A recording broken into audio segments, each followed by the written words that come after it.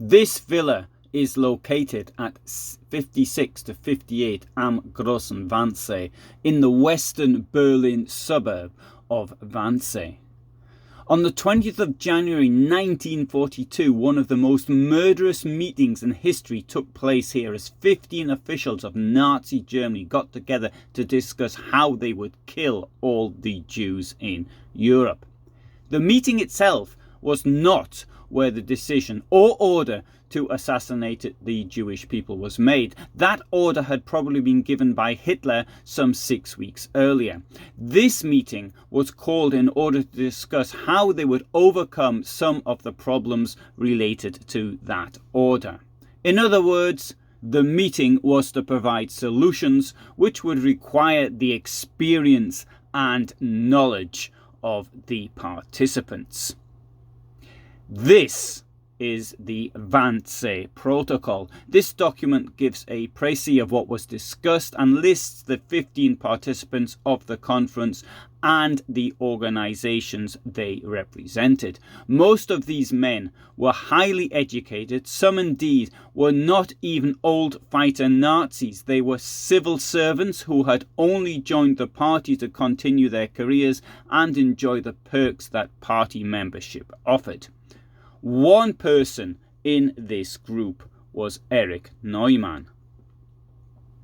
This is the town of Forst on the Oder River. Today it lies next to the Polish border and one can walk over a bridge into that country from here. However, when Erich Neumann was born on the 31st of May 1892, it was deep within the German Reich. It was the two territorial changes relating from 2 world wars that put this town on the border. Erich Neumann came from a well-off family. His father was a factory owner and thus could afford to educate his son. After graduating from high school, Neumann studied law and economics at the Albert Ludwigs University of Freiburg. He took part in the First World War from 1914. During the war, he was commissioned as an officer and he rose to the rank of first lieutenant. In October 1920, he started work in the Prussian Ministry of the Interior in the district of Essen. In December 1924, he took up a position in the Prussian Ministry of Trade and Industry. From November 1926 to 28, he was district administrator of the district of Freistadt in Lower Silesia, which today is around Zielona Góra in Poland. In October 1928, he was appointed head of department in the Prussian Ministry of Trade and Industry. As an economist, Neumann had the task of representing Germany and German companies at international conferences.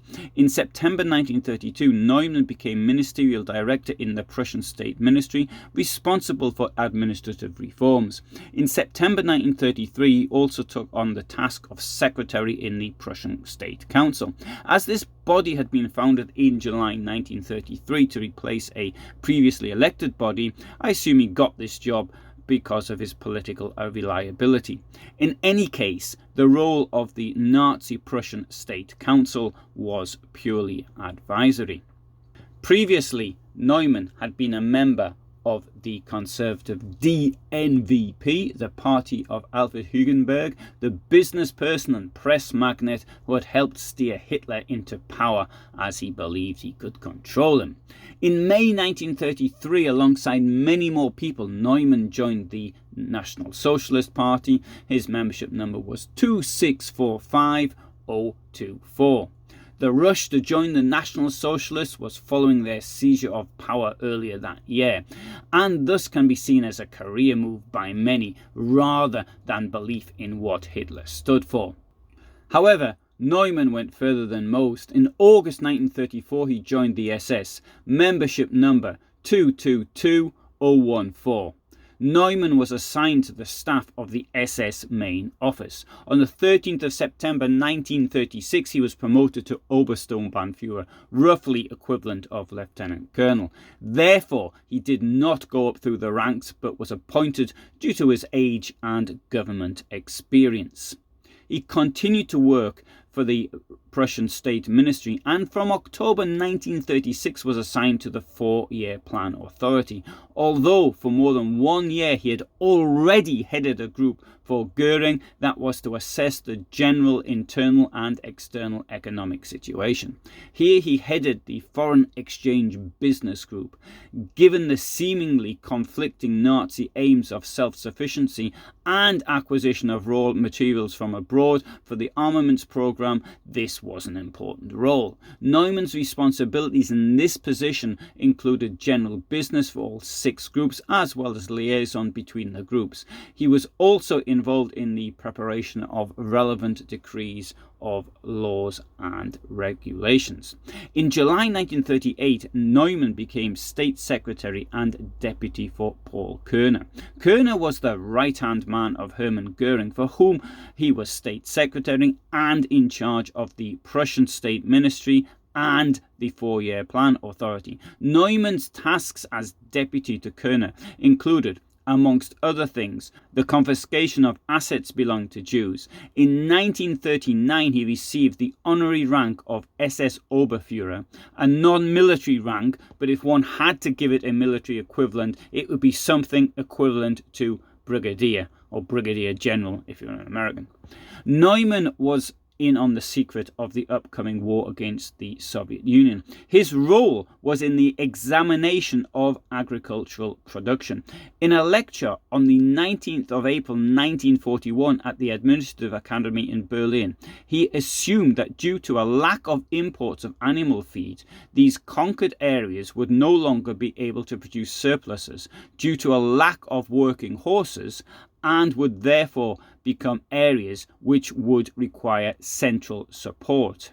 His personal advisor, Professor Otto Dorner, wrote the text of the presentation.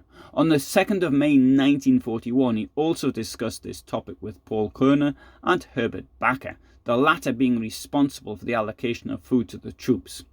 One thing that this makes clear is the interdependency of various parts of the economy and the relevant supply chains.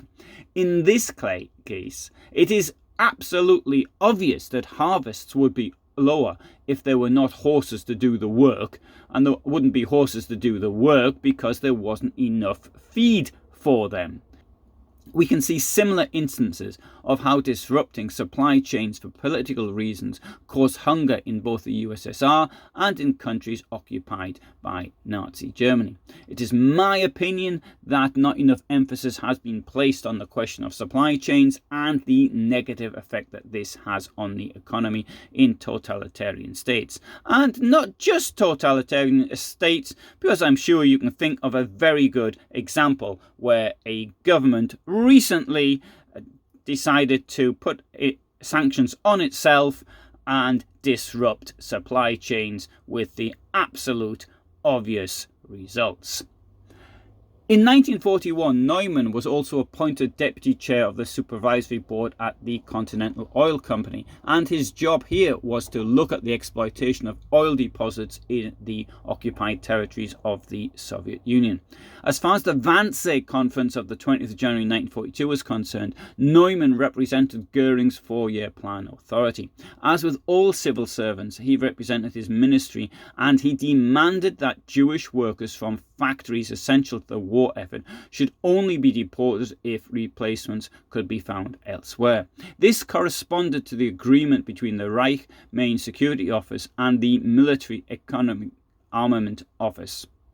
As a result of this intervention, Adolf Eichmann's deportation guidelines of the 31st of January 1942 provided for an exception for German Jews in armament factories and agriculture. In August 1942, Neumann became General Director of the German Potash Syndicate at the same time as his position as head of the Foreign Exchange Business Group was taken over by Friedrich Gramsci. Following the end of the war in 1945, Neumann was arrested. He was interrogated but not charged. He was released in early 1948 due to illness, which he may not have been feigning, as other accused did, as he died aged 58 in Garmisch-Partenkirchen on the 23rd of March 1951. Neumann, like some of the others who attended the Wannsee Conference, is one of the faceless civil servants who went along with Nazi murder for the sake of their own career, without feeling for the responsibility of being involved with the criminal acts. Now, I suppose that had he been charged with crimes and had this gone to court, then his defense would have been, well, there was nothing he could have done about it, but he did try to protect people working in the armaments industry, which of course is true, but only to a certain point, because these people were given a longer lease of life, but they were killed anyway. Neumann is probably the least well known of all the 15 attendees at the Wannsee Conference, and in future videos I shall examine the fate of the other participants of this conference, and of course I shall continue to examine the fate of the victims, something indeed I've been doing on YouTube now since 2006. Thanks very much for listening. If you subscribe, you'll know when I upload. I always upload on a Friday at 2000 hours my time. I'm in Central Europe. At the moment I'm doing this from Poland, but I spend a great deal of time also in Germany and presently also in Ukraine. So thanks for listening, and all the best from me near Wrocław in Poland.